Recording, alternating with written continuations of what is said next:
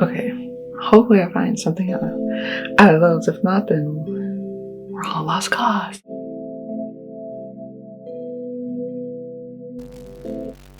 So this is gonna be short, like I said last time. Honestly, up until like 2 days ago, I had only had 2 movies, but now I have 4.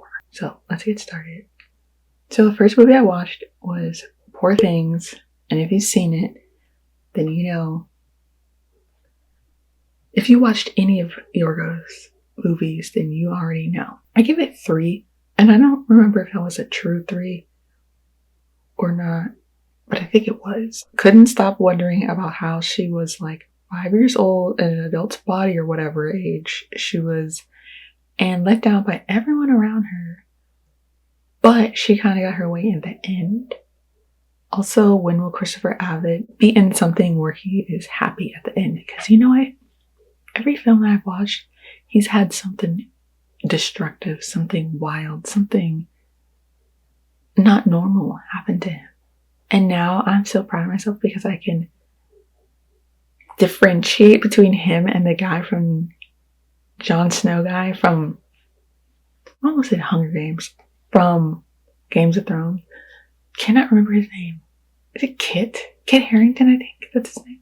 I don't know. They still look the same, okay? He is reminding me like Steve Buscemi, where he is like in these movies where he can never get his way, or he always has to go through some life-changing, destructive circumstance or like life lesson, and then he maybe slightly gets his way or not. It really depends. I should start like a running tally of like between Steve Buscemi and Christopher Abbott, like, were they happy in the end? Did they go through some life-changing, destructive moment? And if so, were they happy at the end or no?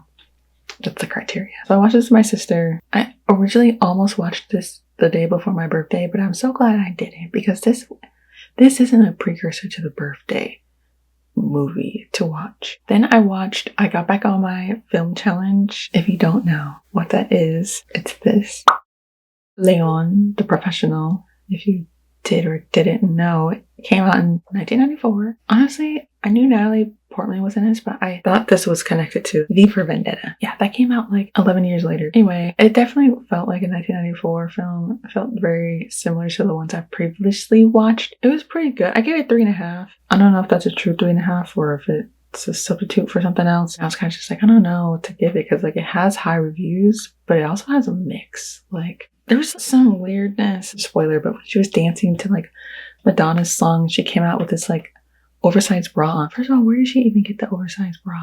Because he doesn't seem like he dates anybody. So unless she grabbed it when no, I don't know. But she came out with some oversized bra on, singing like a virgin. And it's just so weird. And then like after, when I read up on the director and I found out that he like had child brides and even got one pregnant at like 16 and married her and then started dating another actress, but now he went to like someone that's actually his age, so I don't know what weirdness he was going through in his like adulthood. He has a permanent representation of that weirdness because he has a child. Gross. Men in Hollywood Stop Being Pedophiles challenge is on like level difficult or something. That kind of just tainted everything after I read that, and I was just like, ew, that's why he was doing like, I mean, Natalie Portman was in his prime age, like, you know, that's the age that he was aiming for to date nastily. As for my challenge, I am currently 43% of the way. I've watched 13 out of 30. 13 going on 30. I watched Anatomy of a Fall. This is for one of my film clubs, and I watched this with my sister. It's been on my list for a while. Just like with most of the movies, I went in blind. I had no idea that it was what it was. I saw the movie poster, but I never looked that close to see what the heck it was, I guess. I think I knew it was like someone fell, but I had no idea it was what it actually was, like a court case drama. Went back to the French movies. Right before we started, when I found out it was French, like right when my sister and I started watching, I was like, okay, let's see if this movie will either add to the running joke or break the streak that I found out after I watched a bunch of those like old time French films. Will it beat the cheater and affair allegations?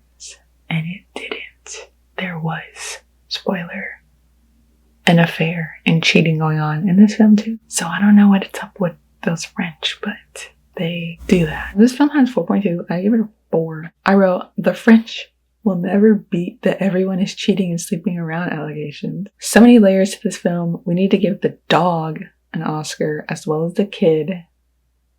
Exclamation point times 4. It was long, but wow. Did time fly by? Almost forgot I was watching a film. It really felt like it was really in the moment and like you're early watching a film type of thing going on. So I appreciated that. The dog. If you've seen this, you know that scene. And I was seeing stuff online about like the dog. His name is Messi, like after the football player. And by football, I mean soccer. And so I was like, why are they bringing the dog to like red carpet? And you know, but now I see why. Okay, the dog deserved to be on that red carpet. The dog deserved to get an Oscar. A dogsker. Okay.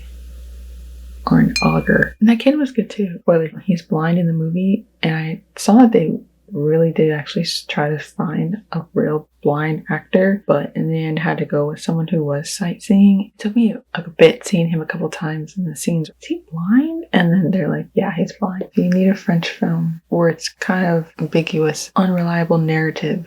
I think you should watch Anatomy of a Fall. The next film I watched was Monty Python and the Holy Grail, which if you've seen or heard about, which I've heard about this for a year, never watched it.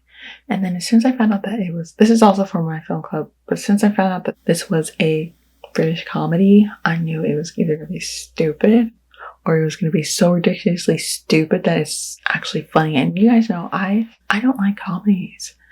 It takes a lot for me to find a comedy funny. I think I primarily do find like older films to be a bit more funnier than the newer ones. Newer ones feel forced. I give this a 3.7. It's a 3.5 on here, but it really is a 3.7. I wrote, I'm not much for comedies, but I found this very entertaining and comedic at parts where I actually laughed out loud. I knew it was going to be one of the overzealous British comedies. I'm glad it did not disappoint in that regard because it was funny. It was so like stupid funny where it's just like very satire-y and very like sarcastic and everything else that a comedy should have. I mean, I guess you could see this as being kind of forced where it's like, you know, they're doing the gags that they know people are going to laugh at, but it works. If you know it's going to be funny, you might as well do it. And they did it. And it's funny because the two directors were actually in it. Oh my gosh, I just realized he wrote Labyrinth. There is a second one. It has 3.42, so you know what? I'm going to add it to my watch list. I think I'll probably watch these other ones. I'm going to go look for a list that has like them all together. That's all I watched.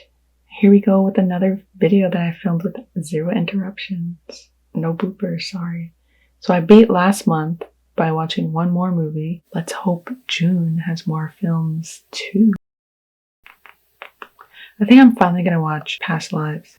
Alright, thanks for watching. I'll see you next month. If you have any new first watches or rewatches or anything you're looking forward to, let me know in the comments. There's like quite a few horror films that are coming out. I'm still making my way through Spotify.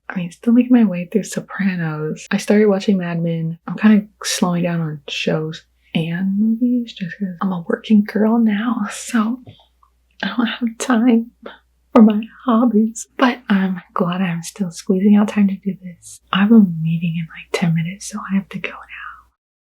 But it's been nice hanging out. See you next month. Thanks for watching.